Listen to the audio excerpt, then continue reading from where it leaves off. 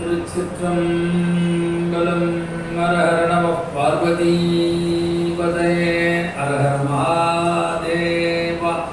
எந்நாடுடைய சிவனே போற்றி, எந்நாட்டவர்க்கும் இறைவா போற்றி. ஜெய் ஜானகி காந்த ஸ்மரணம், ஜெய ஜெய ராம ராம். சதா சர்வத்ர கோவிந்த நாம சங்கீர்த்தனம், கோவிந்த கோவிந்தா.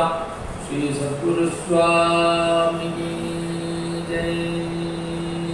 வெற்றிவேல் முருகனுக்கு அரோகரா.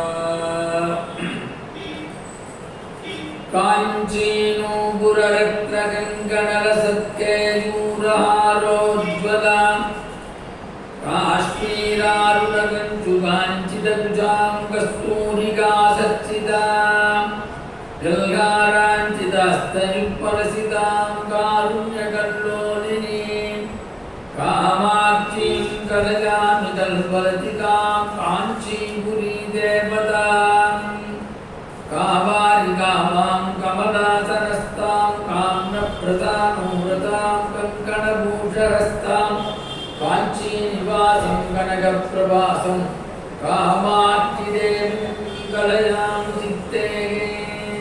சாரதா சாரதா கோவதனா வதனாம்புஜே சர்வதா சர்வதாஸ்மாகம் சந்நிதிம் சந்நிதிம் பிரியாதே. விநாயகனே வெப்பினையை வேறறுக்கவல்லான், விநாயகனே வேட்கை தணிவிப்பான், விநாயகனே விண்ணுக்கும் மண்ணிற்கும் நாதர்மா. தன்மையினார் கண்ணிற் பணிமின்கந்தே. எழும்போதும் வேறுமையிலுமென்பேன், எழுந்தே மகிழ்ந்து தொழும்போதும் வேறுமையிலுமென்பேன். முன்காவுடை தொழுதே உரி உரி அழும்போதும் வேறும் மயிலுமென்பேன். அடியேன் உடலம் விழும்போதும் வேறும் மயிலுமென்பேன். செந்தில் வேலவனே திருச்செந்தூர் முருகனே. பெற்றதாய் மகமறந்தாலோ, பெற்றதாய்தனை மகமறந்தாலும், பிள்ளை பெறும் தாய் மறந்தாலும், உற்ற தேகத்தை உயிர் மறந்தாலும், உயிரை மேவிய உடல் மறந்தாலும்,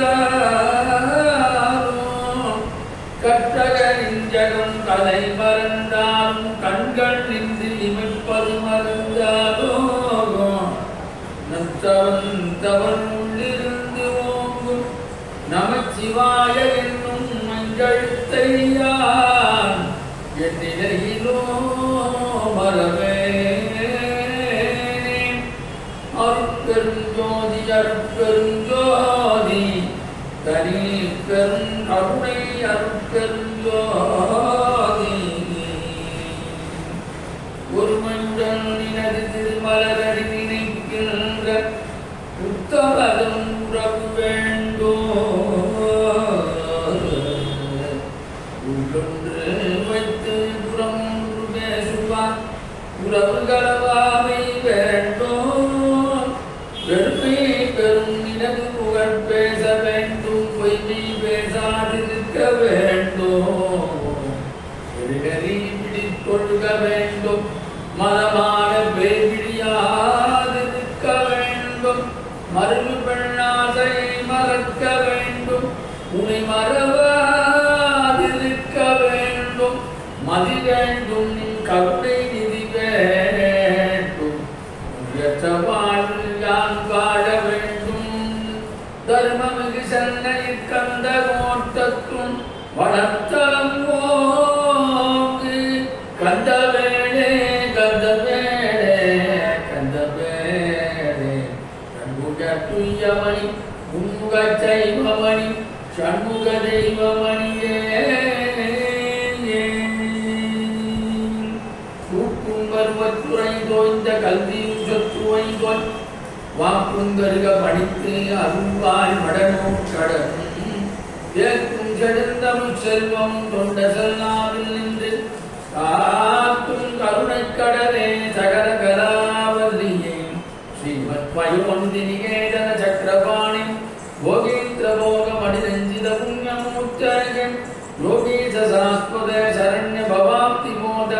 லக்ஷ்மி ருசும் மம தேகி கராவலம்பம் பிரத்லாத நாரத பராசர புண்டரீகம் व्यासादि भागवत पुंगव गृह्णिवास भक्ता विरक्तानां परिपालन पारिजात लक्ष्मी नृसिंह मम देहि करावलम्बं मनोजपं मारुततुल्यवेगं जितेन्द्रियं बुद्धिमतां वरिष्ठं वातात्मजं वानरयूतमुख्यं श्रीरामदूतं सरसा नमामि बुद्धिर्बलं यशोदेयं निर्भयत्वम् अलोकता अचाट्यं वाक्पटुत्वं च अनुमस्मरणात्वमेति असाध्य साधक स्वामी असाध्यं तव हिम्मतं रामदूत कृपा सिंधो मत्कार्यं साधय प्रभो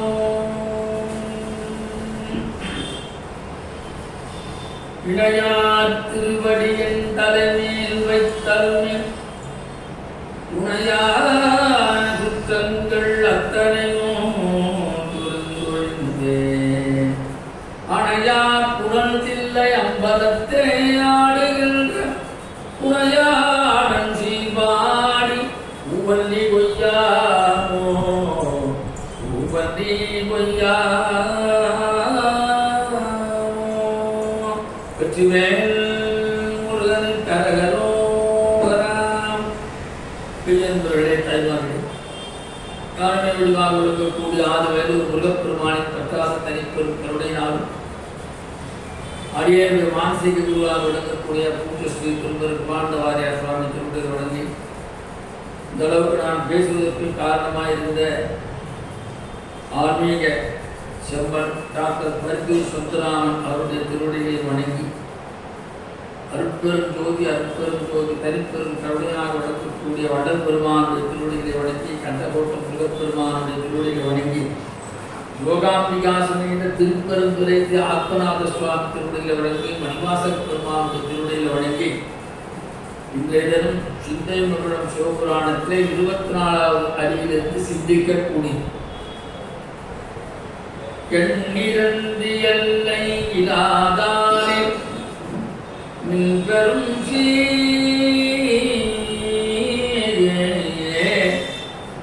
எண்ணிரண்டு எல்லை இலாதானே நின்பெரும்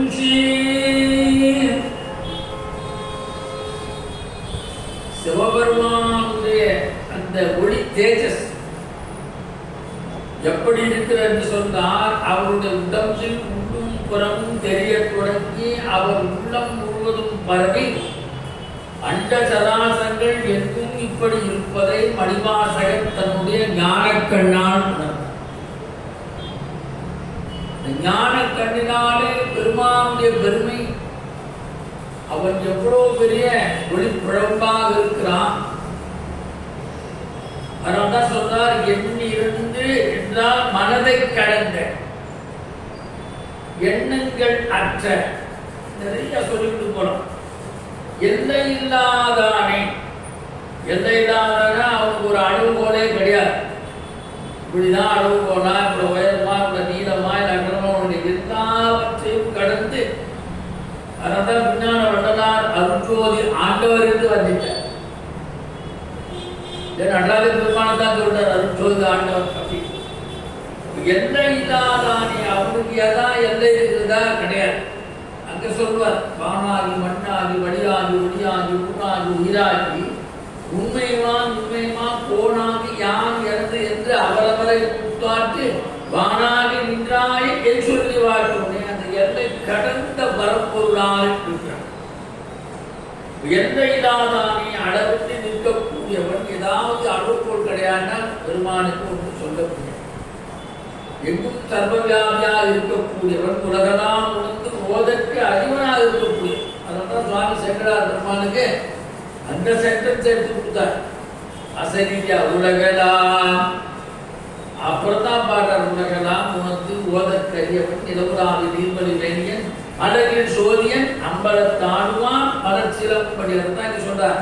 எண்ணிரண்டு எல்லை இல்லாதானே நின்பெரும் எல்லை இல்லாதான அளவிட்டு இருக்கக்கூடிய பரம்பொருளாக இருக்கக்கூடியவன் சிவபரம்பொருள். அடுத்து அழகா சொல்றார் நின்பெரும் சீர் என்று சொன்னால் மிகவும் சிறப்பு பொருந்திய சிறப்பு வாய்ந்த பார்வர்டு கம்யூனிட்டியில் என்ன சொல்றாங்க, சீர் மரபினர். அவங்க எக்கனாமிக்கா பேக்வேர்டு இருந்தால் கூட அவங்க பட்ட பேர் என்ன போச்சு பார்வர்டு. பொருளாதாரத்தில் பார்வையிட இருக்கிறாங்களா என்னெல்லாம் தெரியாது. ஆனால் கம்யூனிட்டியில் பார்வையிட இருக்கிறாங்க, அவங்க எவ்வளோ பேர் ஏழை இருக்கிறாங்க. அது மாதிரி இங்கே சொல்கிறாரு, பெரும் சீர் அவனுடைய, அதாவது அவனுடைய சிறப்பு மிகச்சிறந்த சிறப்பை உடைய. இந்த சிறப்பு அவனுக்கு உடையனா அது சொல்றாரு. மின்பெரும் பெரும் சீர் மிகவும் சிறப்புடையவனாக இருக்கிறான். இன்னொரு அர்த்தம். அப்ப இதே கருத்து தான் அபிராமி அந்தா சொல்றார் பாடும்பொழுது, சீர் அபிராமி அந்தாது எப்போதும் சிந்தைக்கும். அப்புறம் அந்த அபிராமி அவ்வளோ சிறப்பாக பாடப்போற. இங்க என்ன சொல்றாரு மணிவாசகர், மணிவாசகர் ஒட்டி தான் அவர் பாடிப்பாரு. பெரும் சீர் இங்க சொன்னது தான். அவர் சீர் அபிராமி அந்தாது எப்போதும் என் சிந்தவில்லை. இவருக்கு அப்ப அந்த சிந்தை பூரா சிவத்தோடு தான் இருந்தது. மணிவாசகர் அளவிடாத எப்படி இருக்கிறான், நின்பெரும் சீர் அளவிட முடியாத எல்லாருக்கும் அப்பாற்பட்ட பெரும் சக்தியா இறைவன் இருக்கிறான். நாளை சொல்றார் பெருமானே, எவ்வாறு அந்த சக்தி நாங்கள் எப்படி உங்களை அடைவது?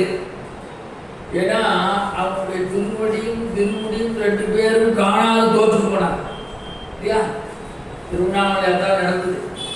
ரெண்டு பேர்ல யார் பெரியவர்னு ஒரு வந்துருச்சு அகங்காரம். அந்த அகங்காரத்துக்கு எப்போ ஒரு தீர்ப்பு சொல்லணும். பெருமான் சொன்னார், நான் ஜோதி ஸ்தம்பமா மேலே சென்று கொண்டே இருப்பேன். என்னுடைய திருமுடியோ அல்லது திருவடியோ யார் முதலில் காண்கிறோமோ அவர்களே உங்களுக்கு யாராவது பெரியவர் அப்படி சுவாமி சொல்லிட்டு போயிட்டார். போறார் அண்டப்பறவையா பிரம்மா போனார். எவ்வளோ தூரம் போனார்னு சொல்ல முடியாது, எத்தனை யுகங்கள் போனார் என்று சொல்ல முடியாது. ஆதாரம் எடுத்து அவர் எவ்வளோ சொன்னாரா, அது ஸ்ரீருத்தத்தில் வந்து சகஸ்ர யோஜனம். சகஸ்ர யோஜனா 1000 மைல் கீழே பூமிக்கு அடியில. நம்ம இங்கேருந்து ஒரு 10 மைல் போகிறதுக்கே கஷ்டப்படுறோம். சுவாமி அவருடைய திருவடியை காண்பதற்கோசரம் 1000 மைல் கீழே தொண்டி போனார். அவராலே போக முடியல. அதனாலே தோல் வைத்து கொண்டு அவர் சிவஜானத்தில் உட்கார்ந்தார். நம்ம பிரம்மா என்ன பண்ணா, நம்ம படிச்சு வருதையா, அதனால கொண்டு அந்த மைண்ட் அப்படின்னு தான் வேலை செய்யும். அவர் என்ன பண்ணார், போயிட்டே இருக்காரு. பார்த்தாரு அது ஸ்தம்பம், ஜோதி ஸ்தம்பம் போயிட்டே இருக்கு. மேலேருந்து ஒரு தாழம்பு வந்தது. தாழம்பு போய் பார்த்து கேட்கிறார், ஏன் தாழம்பு நீ எங்கிருந்து வருகிறேன்? சொல்லுது, நான் சிவனுடைய திருமுடியிலிருந்து இறங்கி வந்து கொண்டிருக்கிறேன். எவ்வளோ காலம் ஆச்சு அப்படின்னா, நானா பிரச்சா சொல்றார் சொல்லிட்டு அவர் 30,000 வருடம் ஆச்சு. அதோட கூட்டி சேர்ந்து பிரம்மா வந்து நான் சிவபெருமானை திருமுடியை பார்த்தேன் என்று பொய் சாட்சி சொன்னதுனால தான் பிரம்மாவுக்கு கோவில் இல்லாமல் போயிடுச்சு. அதான் அவருக்கு கோஷ்டத்தில் மட்டும்தான் கோயில். எல்லா சிவாலயத்துக்கு வந்து கோஷ்டம் தனி கோயில் தான் 2 தான் இருக்கு பிரம்மாவுக்கு. ஒன்று திருப்பட்டூர், திருப்பிடவும் 2 திருச்சி பக்கத்தில் இருக்கு, சமயபுரம் தாண்டி அறிவு அந்த பக்கத்தில். அப்புறம் பார்த்தா இன்னொன்று ராஜஸ்தானில் புஷ்கர். இந்த 2 எதுக்கு இதை சொல்றாருன்னா, பெருமான் எப்படி இருக்காரா, நின்பெரும் சீர் எல்லை இல்லாதானே நின்பெரும் சீர் அப்படிலாம் எல்லை இல்லாத பெரும்பொருள். அப்ப தேடி கிடைக்காத திருமாலும் நான்முகனும் அவன் அருள்நாள் மட்டுமே அவருடைய திருவடியை காண ஏதுவாக ஆயிட்டான். அவன் அருள்களும் கிளம்பிருக்க அகங்காரமற்ற தன்மை இருந்தால்தான் நின்பெரும் சீர் அந்த எல்லை இல்லாத பெருமானுடைய அந்த பெருமைகளை நாம் புரிந்து கொள்ளலாம். அதுதான் அவர் சொல்ற. அப்பர் பெருமான் தேடி கண்டு கொண்டேன் பெருமானோ நான் முகனோ தேடி கண்டு கொண்டேன் திருமாலோ நான் முகன் தேடி தேடவோனாத தேவர் என் உள்ளே தேடி கண்டு கொண்டேன் தலையே நீ வணங்காய்.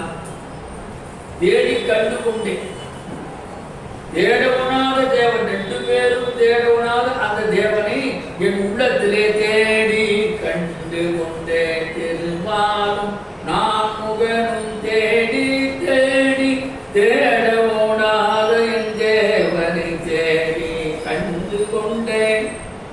இதுதான் சொல்றார். எல்லை இல்லாதானே நின் பெரும் சீர்.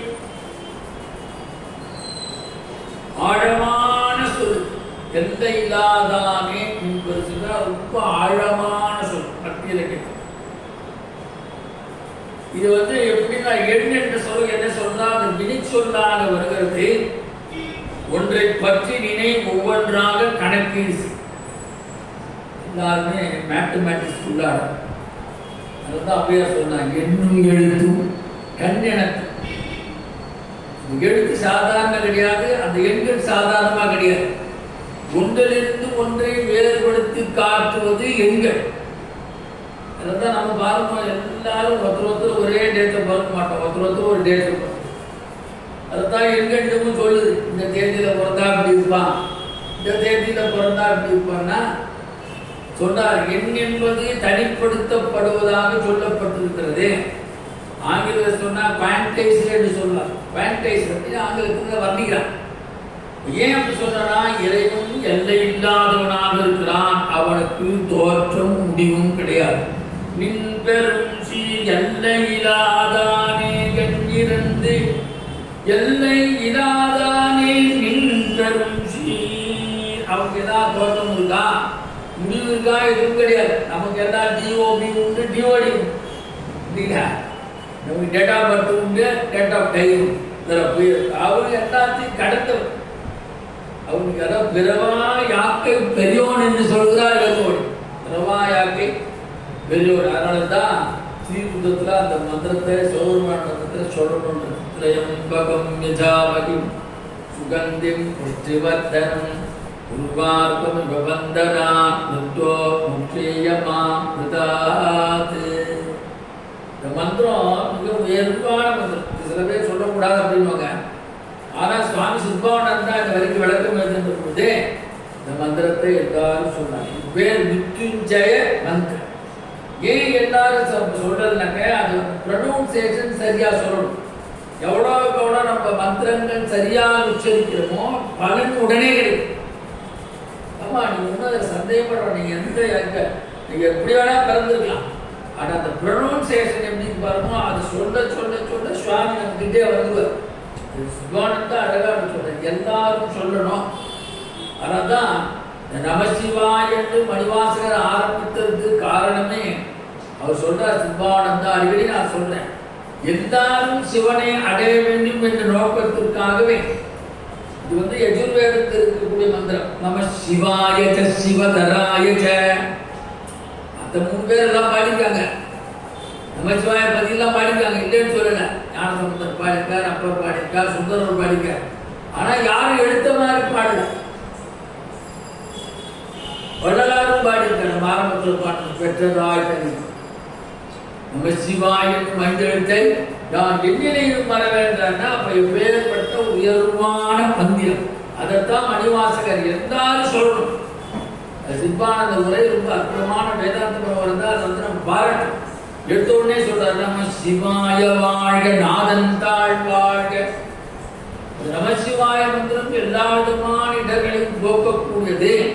அது எவ்வளவுக்கு எவ்வளோ நாம ஸ்மரணம் பண்ணிட்டு இருக்கோம், நமக்கு பிரவாயக்க பெரியோனாகிய சிவபெருமான் கைவல்லை நாம் அடைவதற்கு அது நம்மை தகுதியாகிறது. திரையம்பகம் யஜாமகி சுகந்திம் புஷ்டிவர்தனம் குருவார்க்கமிவ பந்தனா மிருத்தோ முக்ஷீயமா மிருதாத். ஏற்றி சொல்றார், எல்லை இல்லாதவன். அவனுக்கு ஏதாவது தோற்றம் இருக்கிறதா, முடிவு இருக்கிறதா, எல்லாத்துக்கும் அப்பாற்பட்டவனாக இருக்கிறான்.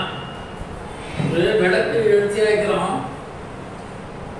ஒரு 2 அங்குலம் உயரத்தை வச்சா அதுக்கு தகுந்த மாதிரி அந்த பிரகாசம் தெரியும். ஒரு பெரிய காட்டுல கூட உயரமா வச்சா அந்த காடு ஊரா கொஞ்சம் தெரியும். இப்ப ஆனா இறைவனுடைய அந்த வெளிச்சம் எப்படி இருக்குதா சொல்றாரு மணிவாசகர். அணுகுண்டு சோதனைலாம் செஞ்சாங்க, நம்ம நாட்டுக்குள்ள செஞ்சாங்க. சொல்றாரு, அணுகுண்டு சோதனை வெடிப்பு பல 100 மைல்கள் செல்லும். ஆனால் இவையெல்லாம் ஒரு எல்லை, ஒரு குறிப்பிட்ட எல்லை வரைக்கும் தான் அது செய்ய முடியும். ஆனால் இறைவன் எப்படி இருக்கிறான்? எல்லையற்றவனாக இருக்கிறான். எல்லை இல்லாதானே நின் பெரும் சீர். அதனால்தான் அப்பேற்பட்ட உயர்வானவன், எல்லை இல்லாதவன், எல்லாவற்றையும் கடந்தவன், அண்டசராசரங்கள் முழுவதையும் தன்னுடைய ஆளுகை கீழே பெருமான் வைத்திருக்கிறான் அப்படின்றத மாணிக்கவாசகர் தன்னுடைய ஞானப்பார்வை. அதனால்தான் மாணிக்கவாசகர் எல்லாமே ஞானம் இருந்தால் தான் மாணிக்கவாசகர்கிட்டே போகும். ஞானசம்பந்த பெருமான் சத்புத்திரமான், அப்பர் பெருமான் தாசமான், சுந்தரமூர்த்தி நாயனார் சகாமான், மாணிக்கவாசகர் ஞானம். சத்புத்திரமார்கன்னா அப்பா குழந்தை வடிவு, அப்பா குழந்தை. அவரு தாசமார்கன்னா ஆண்டான் அடிமை. சுந்தரர் சகாமார்கன், ஐயா அப்படியே கையில தோல் மேல கை போட்டு கடவுளா இருந்தாலும் சகாமார்கன். ஆனா இந்த 3 பேரை காட்டிலும் ஞான மார்க்கத்திலே ஊறி திளைத்தவர் மணிவாசகர். அதனால்தான் அந்த ஞானம் தான் வரும். நம்ம எல்லா தேவாரம் பாடுகிறோம், கேட்கிறோம். ஆனா அந்த திருவாசகம் சில பாடல்களை பாடும்போது நம்மை அறியாமலே மனம் உருகும். அதனால்தான் திருவாசகத்துக்கு ஒரு வாசகத்துக்கு அதில் போய் ஒரு மனுஷன் அதை கேட்டு உருகலடா இந்த ஜென்மா கரையும். கருங்கல் மனம் கரையும் அப்படின்ற திருவாசகம் நீங்க ஒரு கால் ஓதினின் கருங்கல் மனம் கரையும். துறைவன் சொல்றார், வேதம் ஓதினின் கண்களின் இழிநீர் பெருகாது. வேதத்தை குறை சொல்ல, வேதம் ஓதுறாங்க, கேட்கறாங்க, நல்லது. யாருக்கெல்லாம் தண்ணி வேண்டாம். ஆனா திருவாசகர் இங்கு ஒரு கால் ஓதினின் கருங்கல் மனம் கரைனா அந்த கருங்கல்லாக மனசை கரைக்கக்கூடிய அந்த மின் பெரும் சீர் எல்லை இல்லாதனாக சிவபெருமானுடைய பெருமை ஞானத்தினாலே உணர்ந்தார் மணிவாசகர். அப்ப அவனுடைய ஜோதிக்கு ஏதாவது எல்லை இருக்கிறதா? கிடையாது. அதனால்தான் சொல்றார் திருவண்ணாமலை வந்த போது பாரு, ஆதியும் அந்தம் அருட்பெரும் ஜோதியை யாம்பாட கேட்டேன். முதல் பாட சொல்றார், ஆதி அந்தம் இல்லை, அவனே துணிக்க தொடக்கமாக இருக்கிறான். அவனே ஒரு ஆதியும் அந்தம் இல்லாத அருட்பெரும் ஜோதி. அதை ஃபாலோ பண்ணி தான் வள்ளலாரும் அருட்பெரும் ஜோதி, அருட்பெரும் ஜோதி, தனிப்பெரும் கருணை, அருட்பெரும் ஜோதி என்று சொன்னாரோ என்று நான் நினைக்கிறேன்.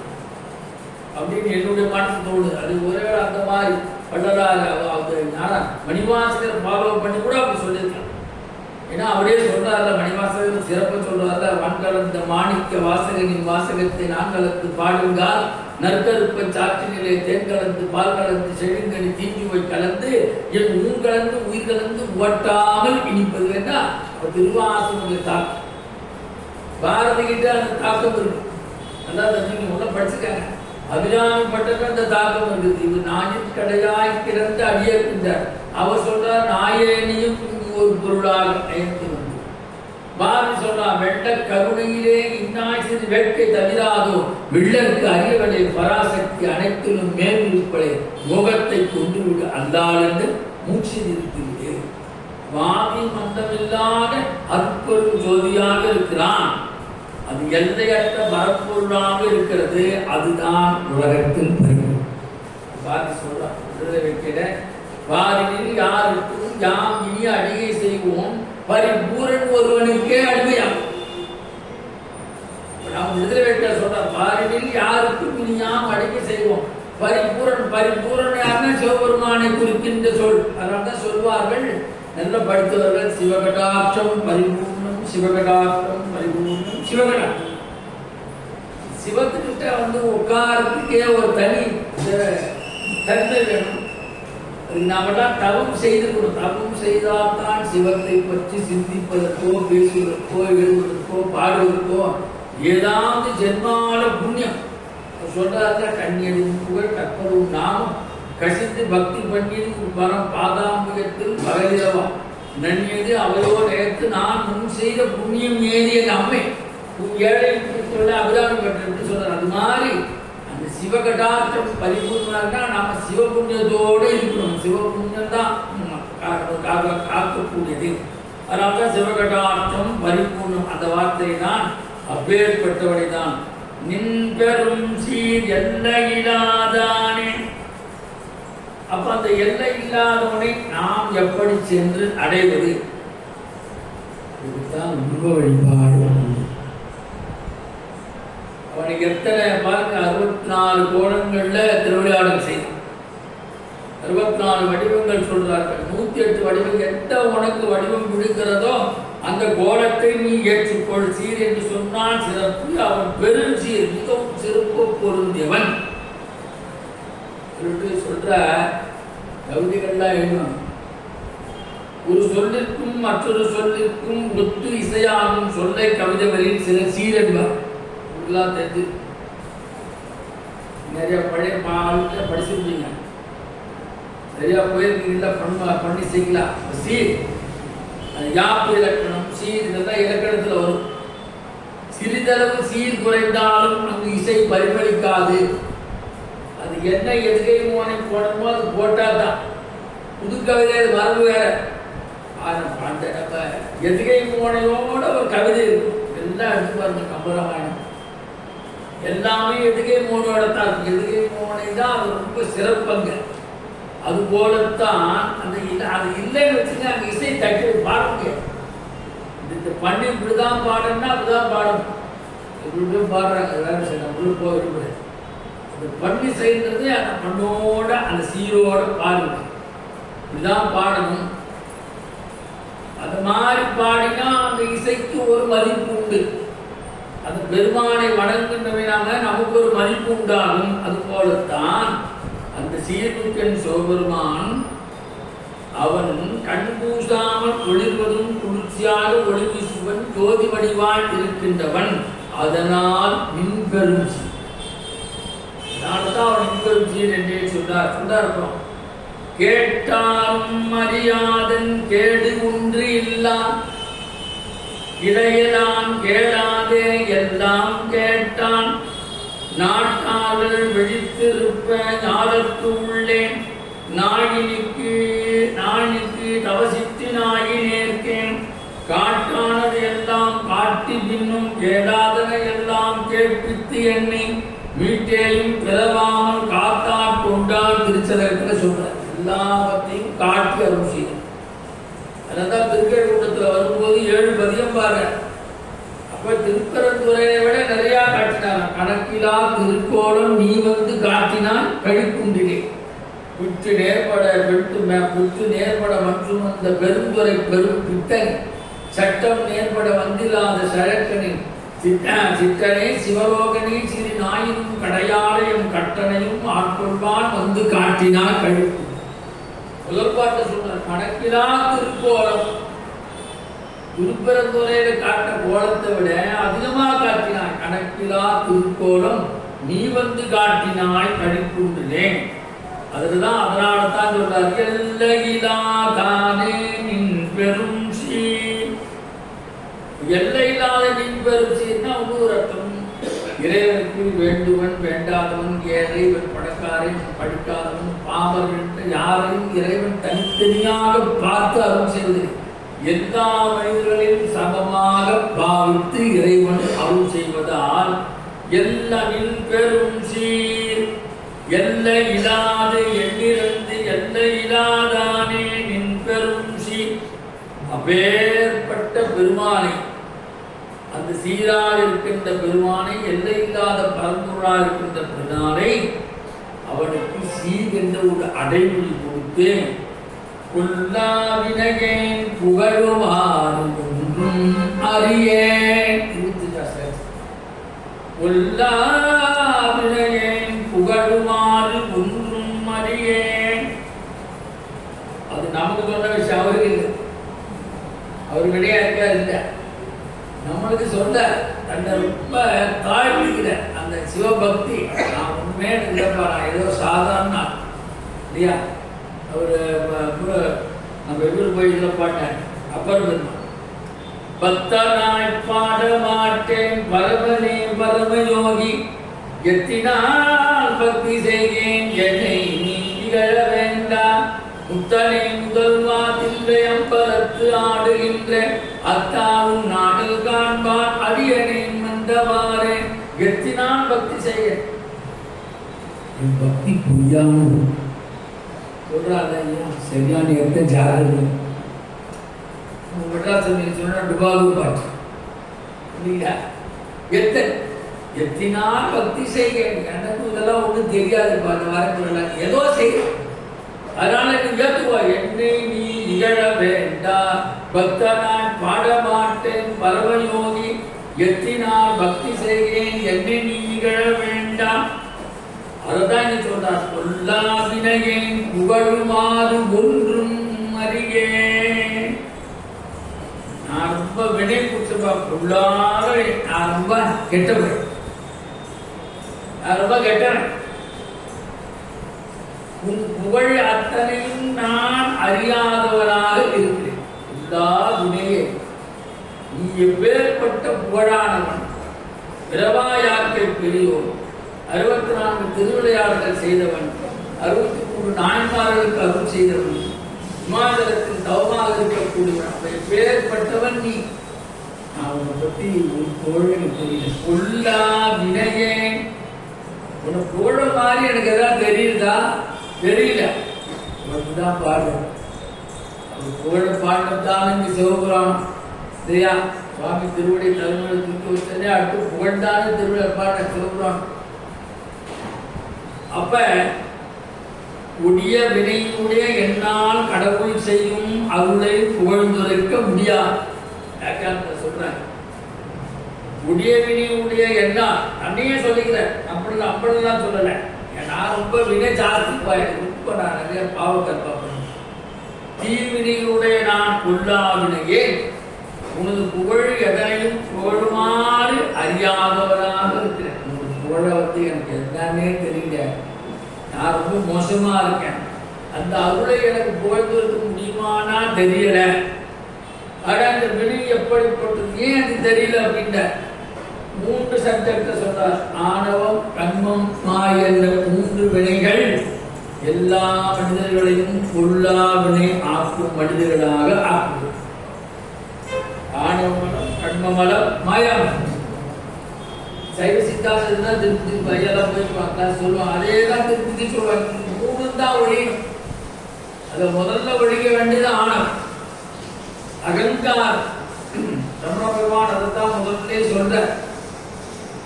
அருணாச்சலேஸ்வரர் பாடும்போது முதல் ஸ்லேம்ஸா அதுதான் சொல்றார். அருணாச்சலம் என்ன அகமே நினைப்பவர் அகத்தை வேறறுப்பாய் அருணாச்சலா. அருணாச்சலம் என அகமே நினைப்ப அகத்தை வேறறுப்பாய் அருணாச்சலா. சுவாமி இன்னைக்கு நாளைக்கு ரமண பகவான் கோயில் கும்பாபிஷேகம். நாளைக்கு தான் 20, நாளைக்கு கும்பாபிஷேகம். ஆமா, திருவண்ணாமலை.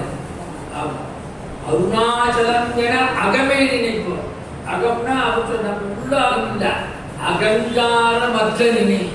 அந்த அருணாச்சலத்துக்கு போல் எல்லாம் எவன் சரண்டாரோ அருணாச்சலத்தை பிடித்து அகங்காரம் எப்படி இருக்குதான், பெரிய மரமா இருக்குதான். கடை எடுத்தா நல்லா புடிங்கி போட்டுணும், இல்லை மறுபடியும் களம் முடிச்சிடும். அருணாச்சலம் என அகமே நினைப்பவர் அகத்தை வேறுபாய் அருணாச்சலா. அந்த அகங்காரம் முதல்ல அதுதான் பெரிய முதலையா இருக்குது. 2வது ஆணவம், 8வது கண்ணும், 3வது 3ம் சேர்த்துதான் சைவ சித்தாந்தம் சொல்கிறது.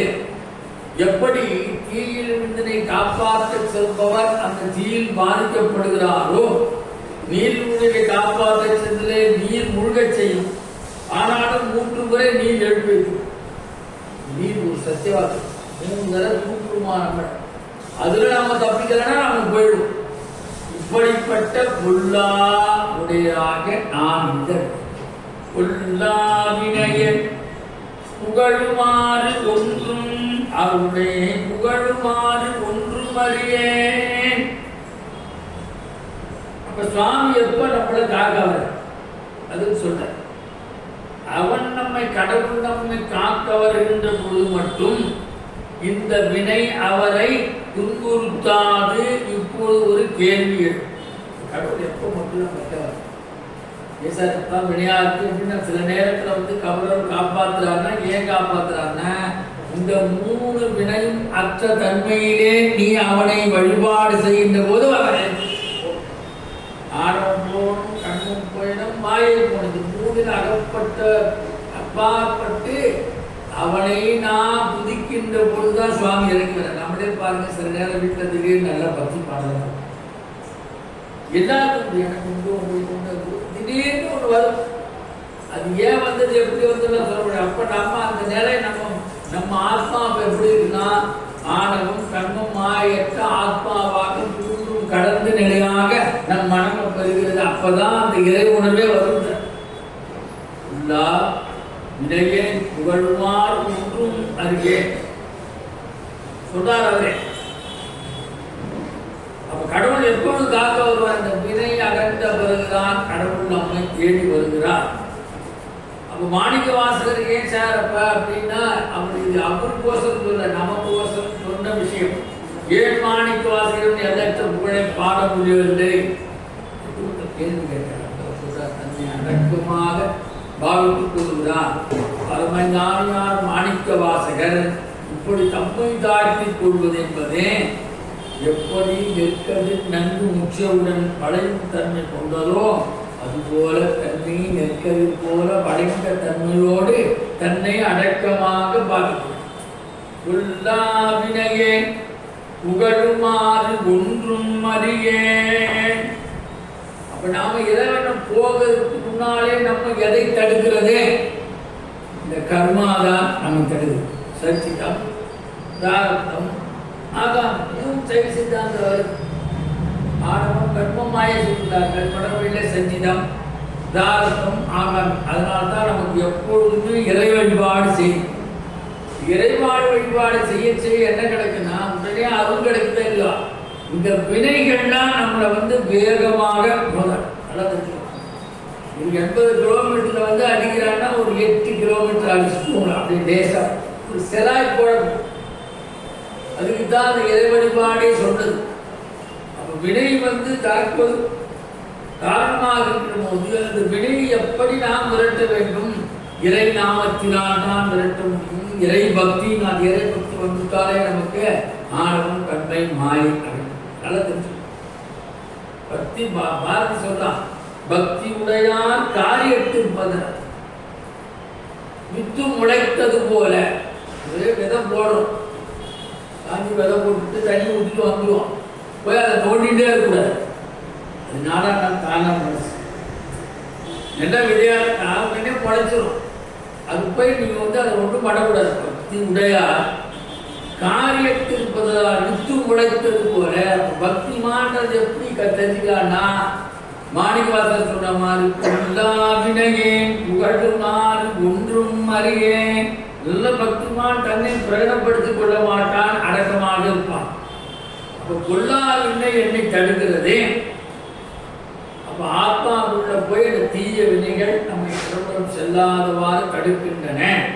அதனால் அதை உள்ளார் ஆத்மா தான் முதல்ல சுத்தப்படுத்துறது தான் வள்ளுவர் சொன்னார். மனத்துக்கள் மாசிலன் ஆடல் அனைத்தரன் ஆகுல நீரை பெற மனசு பரிசுத்தமாக இருக்க வேண்டும். ஆதிசங்கரர் திருமாலிக்கான் ஒரு புக்கை எழுதிக்க நிறையா புத்தகம் எழுதிக்கிறார். அது ஒரு சீடன் கேள்வி கேட்பான், அவர் பதில் சொல்வார். அப்ப சீடன் கேட்கிறான், ஆச்சாரியாரே எல்லாரும் மடி மடி என்று சொல்கிறார்கள், மடி என்றால் என்ன சொல்லுவார். நாளைக்கு சாப்பிட்னா மடி உணக்கணும், பூஜைக்கு தங்கி அவன் கோடி கட்டி அதை வச்சிருப்பாங்க.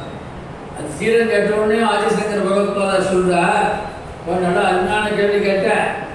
எவன் ஒருவன் மனதை 100 மடங்கு சுத்தமாக வைத்திருக்கிறானோ அவனே மடியான். இதெல்லாம் புறம் நமக்கு. நம்ம பொடி போடுறோம், உணத்துல போடுற மனசு பூஜை பண்ணும்போது மனசு எங்க இருக்கு? அப்ப மனசு மடியாக இருக்கிறதா? அதுதான் அவர் சொல்றார், எவன் ஒருவன் மனதை தூய்மையாக உள்ளன்போடு வைத்திருக்கிறானோ அவனே மடியானவன். வெளியே வார்த்தை அவர் சொல்றார். கேள்வி கேட்கிறா பதில் சொல்றார். அது மாதிரி நீங்க சொல்றார், உள்ளாருடைய புகழுமாறு ஒன்றும் அறிய. எல்லாம் பண்ணி என்ன பிரயோஜனம்? மனசு சுத்தத்தோட அகல் சுத்தம், உரம் சுத்தம் வேணும். எது குடிக்க சொன்னா அகம் சுத்தமாயிட்டுனா உரம் சுத்தமாவதற்கு நாம் தயார்படுத்தி கடம்படாயிரம் முடியும். எதாவது தெரியுமா? 6 நாளில் முடிச்சிருக்கேன். என்ன பண்ண மாதிரி யாரையும் பக்தி பண்ண முடியாது. அதிசக்தியை பாராட்டி போயிட்டேன். அது மாதிரி நம்மளால் பக்தி பண்ண முடியாது. காட்டுக்கு தவசிரேஷ்டன் அவனை நான் வணங்குகிறேன் அப்படிங்க. சிவாந்திரில் 63 ஸ்லோகத்தில் அவனை பாராட்டியே எழுதுங்க. 100 ஸ்லோகத்தில் 63 ஸ்லோகம் கடப்ப நாயனாருக்கு உண்டான ஸ்லோகம் ஆதிசங்கரே பாராட்டிருக்கேன்னா எப்படி அவனை மாதிரி என்னால் பக்தி பண்ண முடியாதுன்னா அவர் சொல்றாருன்னா எவ்வளோ போய் அடக்கமாக சொல்லணும். கண்டப்பன் ஒப்போதோர் அன்பினை கண்டவன் மணிவாசகர் சொல்றாரு. அந்த மாதிரி பக்தி பண்ணணும். அவன் அந்த மாதிரி பக்தி பண்ண கடம்பனாருக்கு ஏதாவது தெரிஞ்சுதா? அவர் பாட்டுக்கும் தன் மனசு 100 மடங்கு தூய்மையாக வைத்துக் கொண்டு சிவபெருமானுக்கு எல்லாம் பண்ணினார். இறைச்சியை படைத்தார், சுவாமி ஏற்றுக்கொண்டார் இல்லையா? கசைக்கு விழுந்தார், கண்கள்ல மூலிகை சார் கண்ணு ரத்தம் வந்தோன்னு ஒரு கண்ணீர் கொடுத்தார், சுவாமி எடுத்துக்கொண்டார். அடுத்த கண்ணு போகும்போது கையை முடிச்சார், நில்லு கண்ணப்ப. அது மாதிரி அவர்கிட்ட வினையே இல்லை.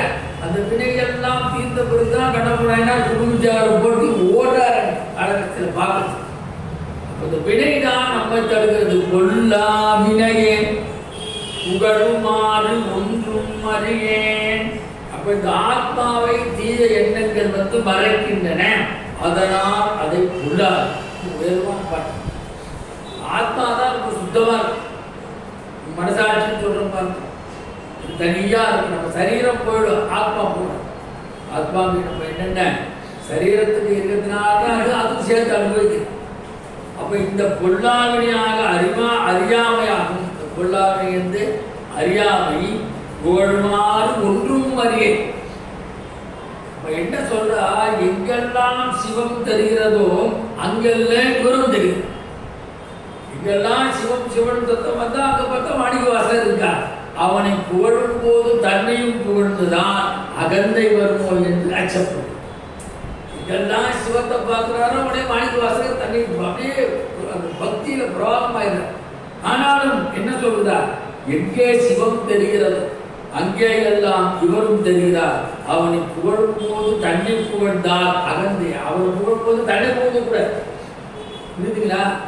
நம்ம புகழ்ந்து நாமே புகழ்ந்து கூடாது, பிறர் நம்மை புகழ வேண்டும். அதைத்தான் இங்க சொல்றார்.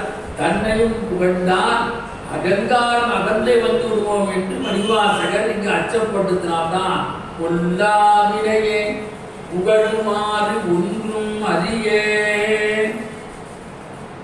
அவனை எப்படி போன்றார்? கோடிக்கணக்கான வழிகளில் அல்லவா சிவனை புகழ்.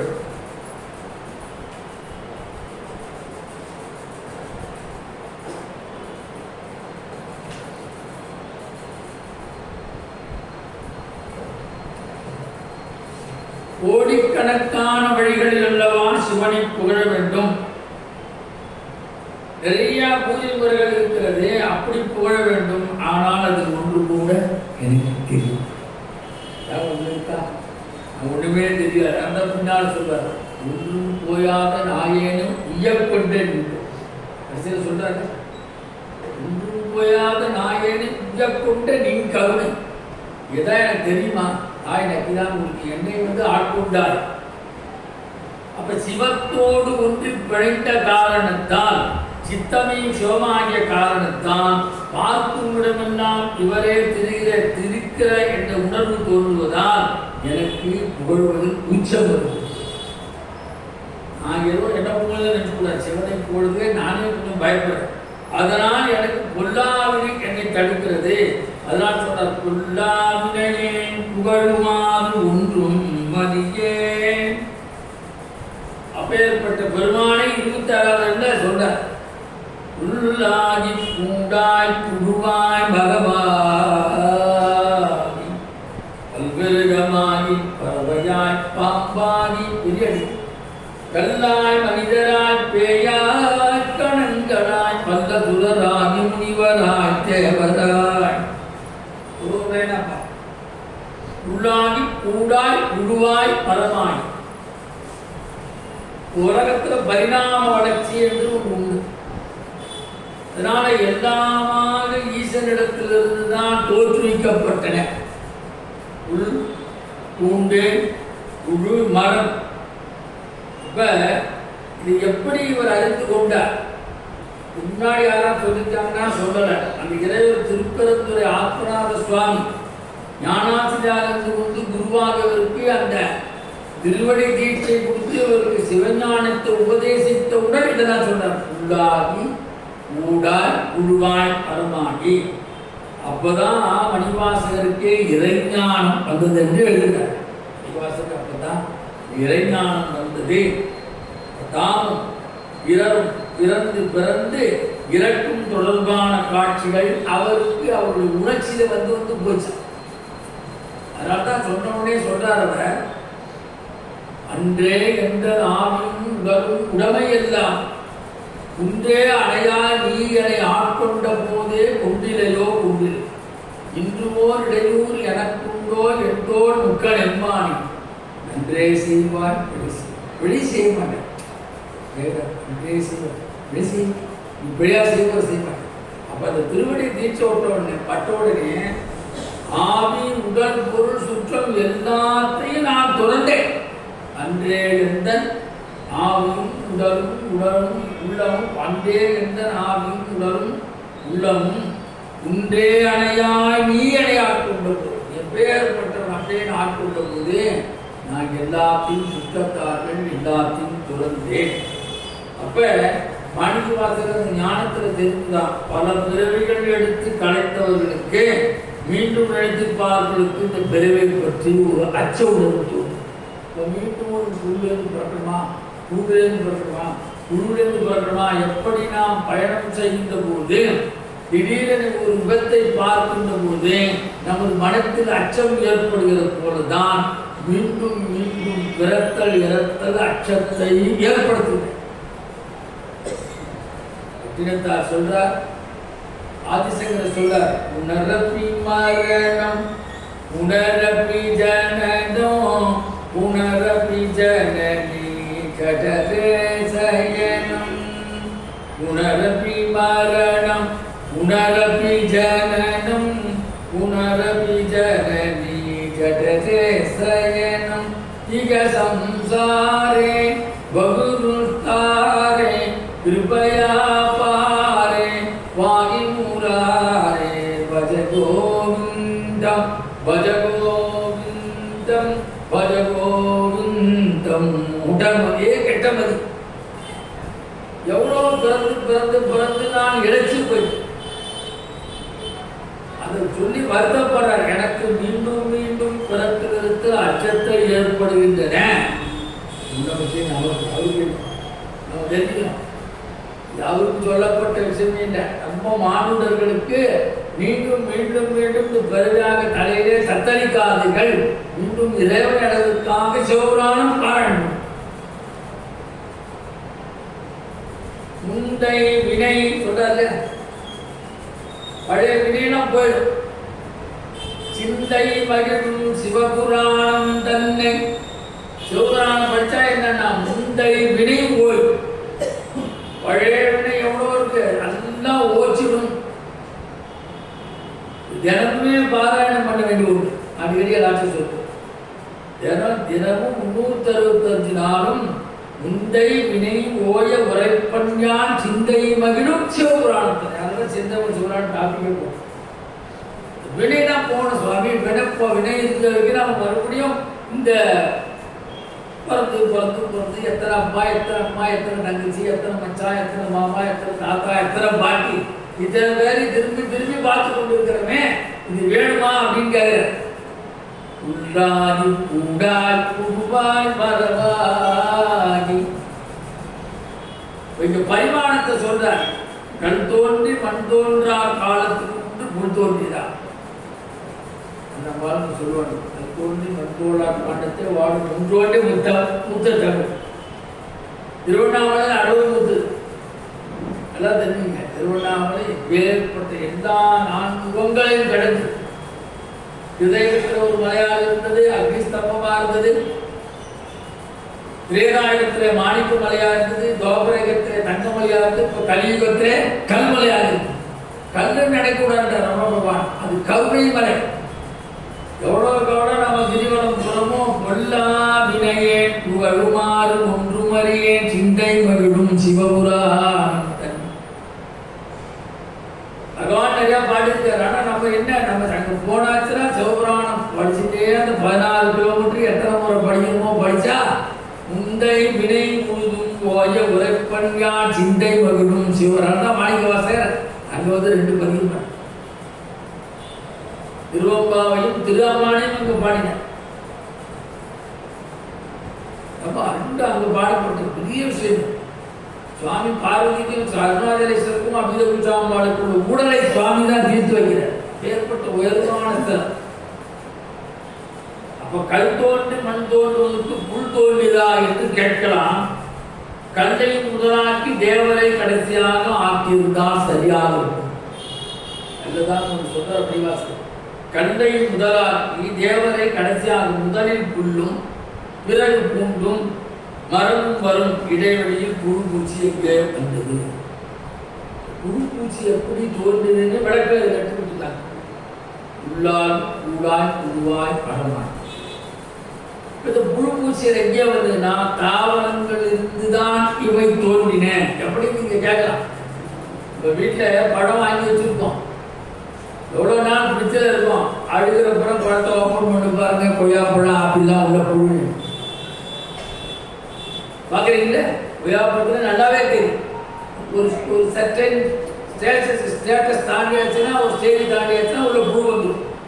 அப்ப சொல்றார் அவர், பழங்கள் அழுகின்ற போதுதான் அதன் வெளிப்பாடு புழுக்கள். அந்த புழுக்கள் அப்ப இருந்து பூச்சிகள் தோன்றின. உண்டாகி கூடாய் புழுவாய்.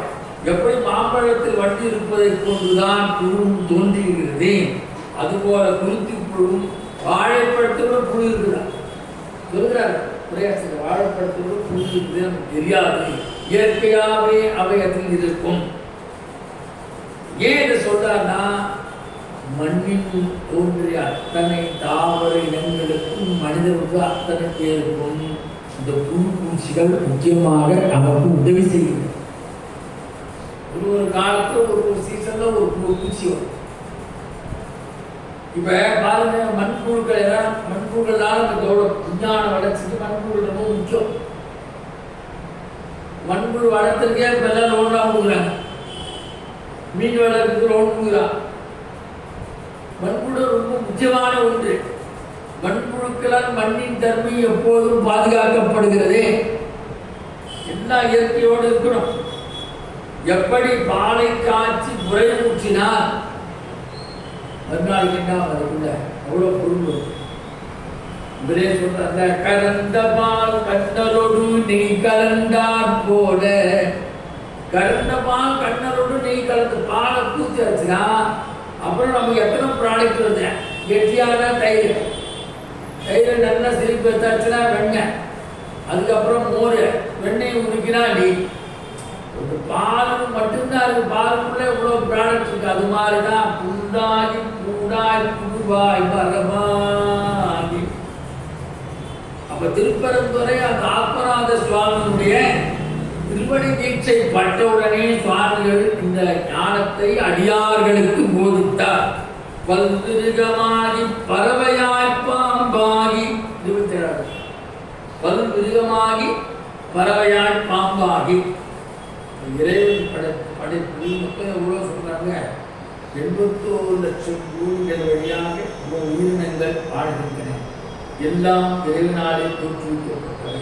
குழு மனிதர்கள் அல்லாது குழு பூச்சிகள், ஊர்வன, பரப்பன, 4 கால் மிருகங்கள், 8 கால் ஜந்துக்கள், 8 கால் பூச்சி, 6 கால் வண்டுகள். வண்டுக்கு 6 கால் சர்ப்பதன் வன்மை 6 கால் உண்டு. செட் பண்ணி பாருங்க. 6 கால் பாம்புகள், அப்புறம் காலால் நடப்பன, சிறகால் பரப்பன, தரையில் ஊர்வன. இவைகளிலே ஈஸ்வரை வழிபாடு செய்து தப்பு. குரங்கனில் முட்டம் என்று ஒரு ஊர். குரங்கு பூஜித்தது, அணில் பூஜித்தது, முட்டம்னா காக்கை. 3 பேர் இருக்கிறா சென்னை முட்டாது. குரங்கனில் முட்டம். ஸ்ரீகாழகத்தின் பாம்பு, சிலந்தி எல்லாம் பூஜை பண்ணது. அது மாதிரி திருவானைக்காவல்ல சிலந்தியும் யானையும் வழிபாடு செய்திருக்கிறது. மதுரையிலே சிவபெருமானை நாரை வழிபாடு செய்திருக்கு. நாரைக்கு முக்தி கொடுத்திருக்கிறார். எறும்பியூர்ல எறும்பே சிவபெருமானுக்கு திரையூர்ல கோயில் கட்டியிருக்கு. நம்ம இதெல்லாம் சிந்திச்சு பார்க்கணும். அப்ப சிலந்தி திருவானைக்காவிலும் யானை திருவாட்டிலும் பாம்பு காடகத்தையும் குரங்கனின் கூட்டம் 3 இறைவனை வழிபட்டில். அப்புறம் அது போக நண்டு பூஜித்து கற்கடேஸ்வரர் கோயில் தெரிஞ்சு போயிட்டு நண்டு பூஜித்த ஸ்தலம். எறும்புகள் வழிபட்ட ஸ்தலம் திருஎறும்பியூர், நாரை வழிபட்ட ஸ்தலம் திருநாரை. நம்ம சேதாப்பட்டில் இருந்து பாருங்க, வட திருநாரை சொல்றாங்க, வட திருநாரைன்னு சொல்றாங்க சேதாப்பட்டத்துக்கு கோயில். இப்படி வௌவால் பாருங்க, இது சற்று வித்தியாசமானது. வரவியானமாயினும் வௌவால் முட்டையிடாது குட்டி போடும். இல்ல சுவாமி அவர்கள் வௌவால் முட்டையிட தான் குட்டி போடுமா? இதில் சைவ உணவு அசைவ உணவு மோப்ப சக்தியும் கொண்டவை சில, இதில் சில கடுமையான விஷம் உணவை சில மிருகங்கள் சாதுவான. புராணம் பார்த்தா ரொம்ப சாதம். அப்ப எல்லா விலங்குகளுக்கும் இறைவன் உற்றுநோக்கும் அறிவை கொடுத்திருக்கிறான். இது ஆங்கிலத்தில் இன்சிக்னட் என்று சொல்வார். தூக்கணாங்குருவி கூடு கட்டுறது பாருங்க, இது எங்கே போய் படிச்சிருக்குதா? ஆர்கிடெக்டா படிச்சது, காலேஜுக்கு போச்சு. அந்த மாதிரி ஆர்கிடெக்டால கூட கட்ட முடியாது. தானே கூடு கட்டும் இயல்பையுடையதே. அது கூடு கட்டிட்டு போன உடனே பார்க்குமா அந்த பெண் தூக்கணாங்குருவி, நாம் அது போய் உள்ள இருக்கலாமா, இவரோட சேர்ந்து வாழாமா, அப்படி இடந்தாதான் அவரோட போய் காலை போகணும். தூக்கணாங்குருவி கதையில வருது. இறைவன் அப்படி எப்பேற்பட்டவனாக அதற்கும் ஒரு ஞானத்தை கொடுத்திருக்கிறார். நாம நினைச்சிட்டு மஞ்சள் தான் ஞானம். இறைவன் படைக்கும் பொழுது எல்லா உயிர்களுக்கும் ஞானத்தை போதித்து தான் அது செய்தார். அதாவது கர்மா பிரகாரம் போடுறோம். வௌவால் எழுப்பும் மொழி எதிரில் தூள் இருந்தால் அதை தடைப்பட்டு திருப்பும் மொழியால் தன் இருப்பிடத்தை வௌவால் நேர போய் போதிச்சுன்னு வச்சுக்க, சவுண்ட் வருமா, அடுத்து நாம எங்க போகணும்னு தெரியுமா? இதெல்லாம் மணிவாசகர் ஆராய்ச்சி பண்ணி ஞானத்தில் சொல்றார். புல்லாகி பூடாய் பூவாய் மரமாகி பல்விருகையாய் பறவையாய் பாம்பாகி, அதுக்கப்புறம் தான் கல்மனிதெல்லாம். இப்ப பாருங்க, சுனாமி வருது, இயற்கை சீற்றம் வருது, எதுக்குள்ளாம் பாருங்க புத்திலிருந்து கல்வி போயிடுவோம். இயற்கை சீற்றம் வருதுன்னா கடல் முக போகுது, எறும்புலாம் கிளம்பிடுமா, மூகம்பங்களில் விலகுறால் அறிவு பூனைக்கு தெரியுமா, நாய்க்கு தெரியுமா, அந்த தன்னுடைய இடத்தை மாற்றிக்கொள்ளும். அவ்வளோ மோப்ப சக்தி இறைவன் கொடுத்துருக்கிறான்னா அப்ப எவ்வளோ ஞானவானாக இறைவன். அதுதான் அந்த ஞானத்தின் உணர்த்துற. மழைகள் வரப்போகிறது, கடுமையான மழை வரப்போகிறது என்று நாம சயின்டிஸ்ட் இப்ப சொல்றோம், பார்த்துட்டு இப்ப எல்லாம் டெய்லி சொல்றாங்க மழை பெய்து வரணும், பரவாயில்ல. ஆனா மழை வருவதற்கு உண்டாமே, ஒரு வார காலத்துக்கு உண்டாமே நன்றிகள் அதை மொப்பம் கொடுத்து தன்னுடைய துளையிலிருந்து வேறு துளைக்கு போயிடும். ஏன்னா நிறைய தண்ணி வந்தா உள்ள ரொம்ப வாழ முடியாது. அதனால எங்க வேற இடத்துல தண்ணி வராத இடத்துல ஒரு மோட்டு பக்கம் போயிடும் சொல்றாரு. நன்றிகள் ஒரு வார காலத்துக்கு முன்பே வெளிவர ஆரம்பிக்கும். அப்ப ஏன் கந்தாய மனிதரை சொன்ன, இந்த மாதிரி நாம் விலங்கா பிறந்து மனிதனாக பிறந்து செய்த பாவங்கள் விலங்குகளாக பிறந்து வாழ்வதில் பாதைக்கு மேல் கழிந்து விடுகின்றன. நாம் என்ன கர்மா செஞ்சோமோ அது தந்தா மாதிரி பிறப்பு இரவு போடுகிறான். ஆனால் சில மிருகங்கள் தான் வளர்ந்த மனத்தில் மனிதன் மீதே பாசத்தை காட்டுகின்றன. நாய் எல்லாம் பாருங்க, எல்லாம் நன்றுள்ள நாயெல்லாம் தான் ஏசி கார போகும். என்னென்ன பார்க்கணும்ல, பிடிச்சின்னு போறாங்கல்ல, அந்த அப்பா அம்மாவும் சோறு போறானா எல்லாம் தெரியாது, அந்த நாய் பிடிச்சி அழக போறாங்க இல்லையா? அது அழக காக்க இட்டு பார்த்து போகுது. குரங்குகள், சில பறவைகள், டால்ஃபின், மீன்கள், இதெல்லாம் மணிவாசல் லிஸ்ட் கொடுக்குறாங்க. மாடுகள், குதிரைகள், யானைகள், சிங்கம், புலிவை யாவும் மனிதர் மனத்திற்கு கட்டுப்பட்டு அன்பு செய்தார்கள். மனிதன் இந்த மாதிரி அன்பா இருந்தானா மீண்டும் மனிதராக இருப்பான். அன்பு செய்யாத மிருகமான தன்மை இருந்ததுனால்தான் அதைத்தான் அங்க சொல்லுது. ஆவும் ஆவும் ஐந்தறிஞரே மக்கள் தாமே. அழகா சொல்வ, மனிதர்களுக்கும் 6 அறிவு, சில மிருகங்களுக்கு உண்டு. சில மிருகங்களும் சில மனிதர்களும் 5 அறிவு உணர்வாக இருக்கிறார்கள். மனிதர்கள் சில பேர் 5 அறிவு உணர்வாக இருக்கிறார்கள். ஆக நாம் பிறவிதோறும் பிறப்பதற்கு காரணம் என்ன? நாம் செய்த உள்ளாவினையே புகழுமாறு ஒன்றும் அறியே உள்ளாகி பூண்டாய் பூவாய் பரமாகி பல்லுருகையாகி பறவையாய் பாம்பாகி. இதெல்லாம் எப்போ மாணிக்க வாசகர் சொல்றார்? சிவபெருமானுடைய அந்த தீட்சை பெற்றவுடனே அந்த ஞானம் வந்துடுது. இந்த நிலைமையை கண்டறிந்து சொல்கிறார். அடுத்து சொல்றார், கல்லாய் மனிதராய் பேயாய் கணங்களாய். உயிர் இருக்கின்ற பிறவிகளே கல் என்று ஏன் சொல்ற? கல்லுக்கு பிறகு உண்டானா கிடையாது. ஆனா அதற்குள் தேரை இருப்பதால் கல்லை குறிக்கும். சில சிற்பிகள்லாம் சிலை செய்யறதுக்கு மலை போவாங்க. நல்ல ஜாதிக்கெல்லாம் சுவாமிக்கு சில கல் படிக்கு போகும். அது அவ்வளவுதான் புண்ணியம். சில கல் சுவாமி ஆகுதுன்னா நிறைய புண்ணியம் பண்ணியிருக்கேன். அந்த தட்சின உடனே காஞ்சி பெரியவர் சொல்ல ஒழுக்கு சொல்லாத சுட்டு சொல்லப்பா இந்த இது வேண்டாம், அது கூட தேரை இருக்கு. நான் படிச்சு பார்த்தா தேரை அந்த ஞானமும் ஒரு இருக்குது. தேரை இருந்தால் அந்த கல் சுத்தம் கிடையாது. தேரை இல்லாத கல்லப்பா. ஆனா அந்த கல்லுக்குள்ள இருக்கிற தேரை சுவாமி உணவு தர அதுக்குள்ள ஒரு ஈர பசை வைக்கிறார்.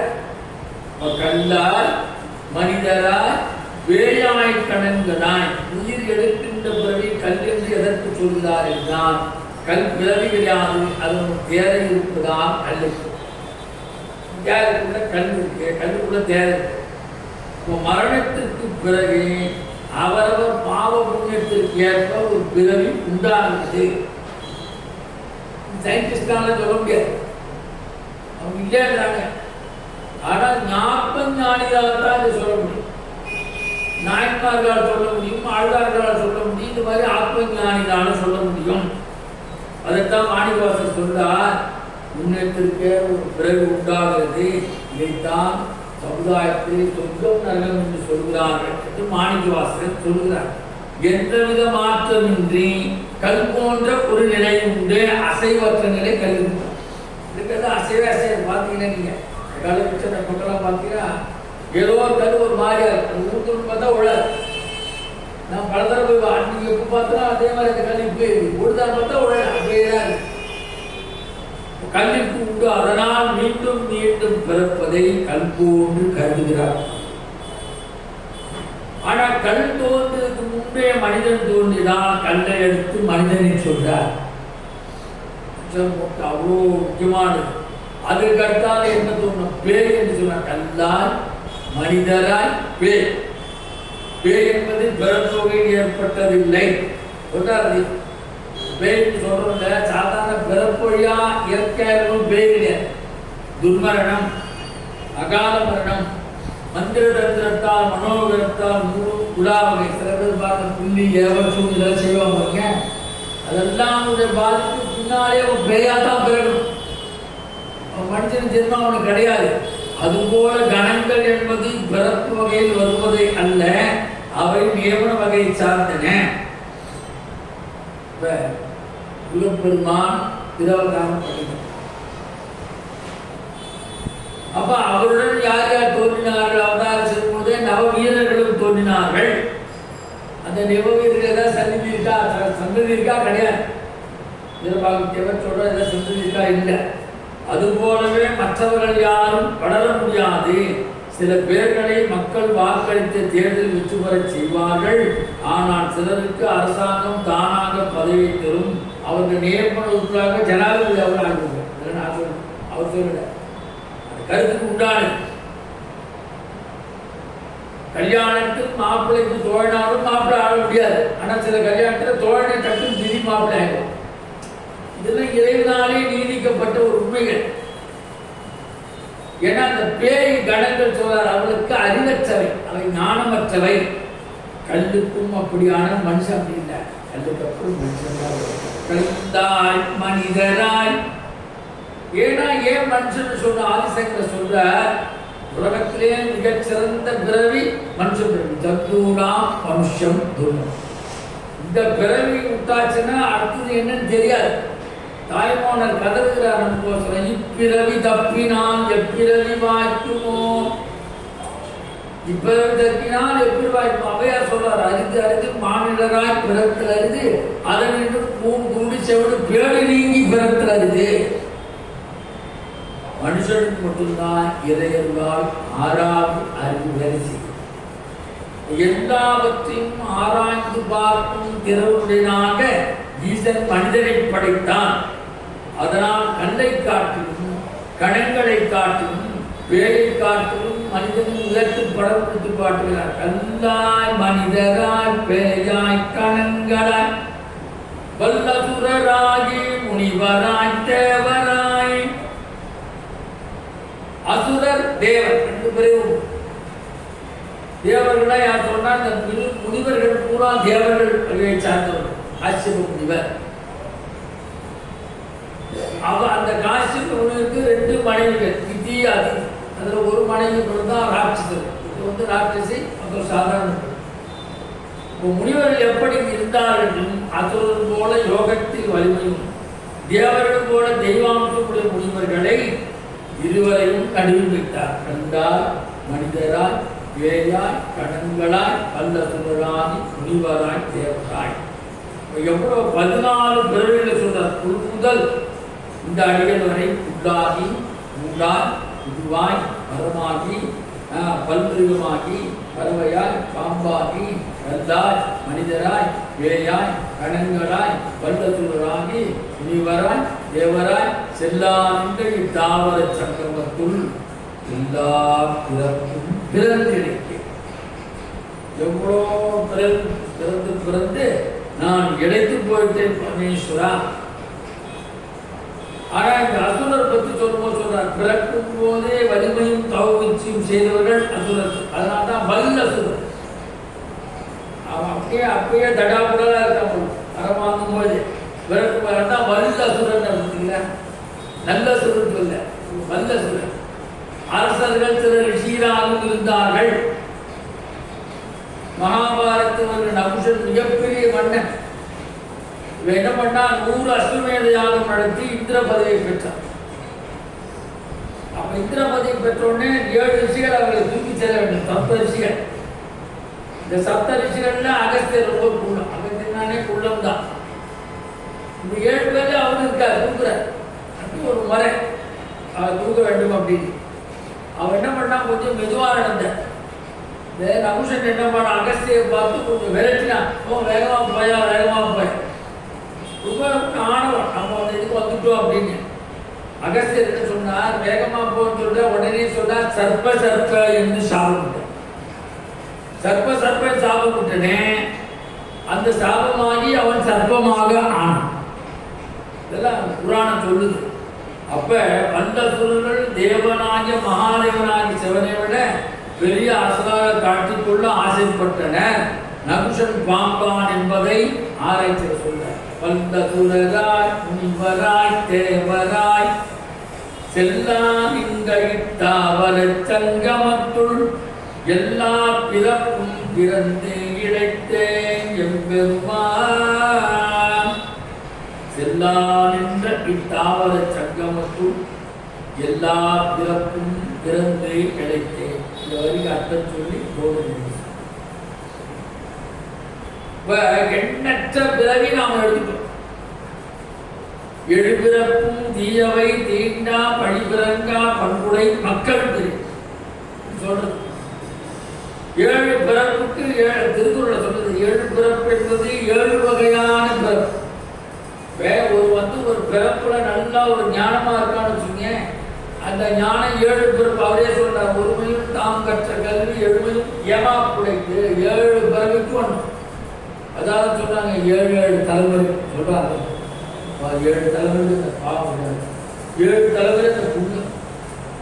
நாமளே பாருங்க, இறந்து போனா 7 தலைமுறைக்கு 10 நாள் தீர்த்துக்காங்க இல்லையா?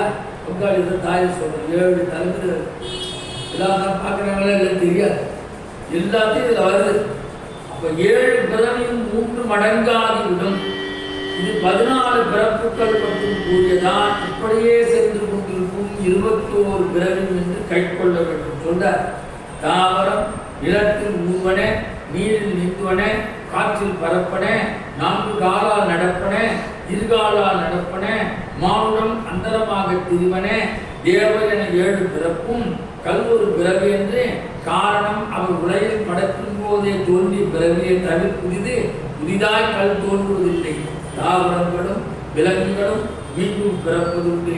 கல்லுக்கு அந்த நிலை இல்லை. கௌதம மகிழ்ச்சி சாப்பிட்டு கொடுக்குற நீ கல்லாக போக கடவுள். அவன் கேட்கலா உடனே அகலிகை கேட்கலா, சுவாமி எப்பதான் இந்த சாபம் எனக்கு தீரும்? ஏன் அந்த கல்லா சாபம் போடாதுன்னா அந்த கல் எப்படி ஜடமா இருக்கிறதோ அது மாதிரி உன் மனசு வந்து ஜடமா இருக்கும். கல் எப்படி சிந்தனை இல்லாமல் இருக்கிறதோ அந்த சிந்தனையோட தான் நீ இருக்கணும். இந்த வந்து ஏதோ தப்புட்டா அவளுக்கு தெரியாது. ஆனாலும் அவன் அதை ஏற்றுக்கல. அப்போ அவன் கேட்கிறா எப்போது எனக்கு இந்த கல்லிருந்து சாபம் மோசம் போடும். அப்போ சொல்றா, ராமாவதாரம் நிகழும்போது ராமர் வழியா வருவார். ராமனுடைய பாதத்தை பற்றி நீ கல்லாயிருக்கு, நீ பெண்ணாக மீண்டும் வருவாய், நான் உன்னை ஏற்றுக்கொள்கிறேன். அதான் சுண்ணாம்பு கூட பாருங்க, சுண்ணாம்புக்கள் தான் நல்லா பாருங்க, சுண்ணாம்புக்கள் தான் இருக்கு. இப்போதான் சுண்ணாம்பு கல் சுண்ணாம்பு அடிக்கிறாங்க பாருங்க, கிழிஞ்ச சுண்ணாம்பு கல் சுண்ணாம்பு அங்கே உண்டு. எதுக்கு 21 தலைமுறை சொல்றாருன்னா, தன் தந்தையை கொண்ட அரசன் காட்டு விரிச்சாமி கொண்ட கோபத்தினால் பரசுராமன் 21 தன்மை அசுரை அழிப்பேன் என்று பரசுராமன் சாபமிட்டது. இப்படி ஒருவகை பிறவியில் 3 வகையாக 21 தலைமுறை, 7 தலைமுறை தான் சொல்ல வேண்டிய 21 தலைமுறையும் இந்த ரத்தத்தினாலே நான் அவர்களுக்கு தர்ப்பணம் பண்ணுவேன் என்று சொல்றான் பரசுராமனா. அது மாதிரி செல்லாண்ட இத்தாமர சங்கமத்துள் நான் எல்லா பிறப்பும் பிறந்து நிலைத்தேன். இதன் தொடர் அடுத்த மாதம் தொடரும் என்று சொல்லி இந்த அளவிலே இதை நிறைவு செய்யும். ஆறு தடந்தோள் வாழ்க, ஆறுமுகம் வாழ்க, வெப்பை பூசை தனிவேல் வாழ்க, குணம் வாழ்க, செவ்வேழ் மஞ்சை வாழ்க, யானைகள் அணங்கு வாழ்க, மாறிடா வள்ளி வாழ்க, வாழ்க சீரடியார் என்றாடும் முகம் ஒன்று, ஈசருடன் ஞான மொழி பேசும் முகம் ஒன்று, 3 மடியார்கள் மீதியிருக்கும் முகம் ஒன்று, உன்கொருபவேல் வாங்கி நின்ற முகம் ஒன்று, மாறுபடு சூரரை வதைத்த முகம் ஒன்று, வள்ளியை மனம் புணர வந்த முகம் ஒன்று, 6 முகமான பொருள் நீ அருளல் வேண்டும், ஆதி அருணாச்சலம் அமர்ந்த பெருமாளே, யோகாம்பிகா சமேத திருப்பெருந்துறை ஸ்ரீ ஆத்மநாத சுவாமினே நமஹ. ஸ்ரீ மணிவாசக பெருமான் திருவடிகளே சரணம் சரணம். அருட்பெருஞ்சோதி அருட்பெருஞ்சோதி தனிப்பெரும் கருணை அருட்பெருஞ்சோதி கந்தகோட்ட முருகப் பெருமான் திருவடிகளே சரணம். வெற்றிவேல் முருகனுக்கு அரோகராம். வான்மியில் வளாது மீக பரிவளம் சுரக்க, மன்னன் கோன்முறை அரசு செய்க குறைவிலாது உயிர்கள் வாழ்க, நான்மறை அறங்கள் ஓங்க நெற்றவம் வேண்டி மங்க, மேன்மைகள் சைவ நீதி விளங்கியே உலகமெல்லாம். திருச்சிற்றம்பலம். சிவச்சிதம்பரம். நன்றி, நமஸ்காரம். கடவுள்தாசன்.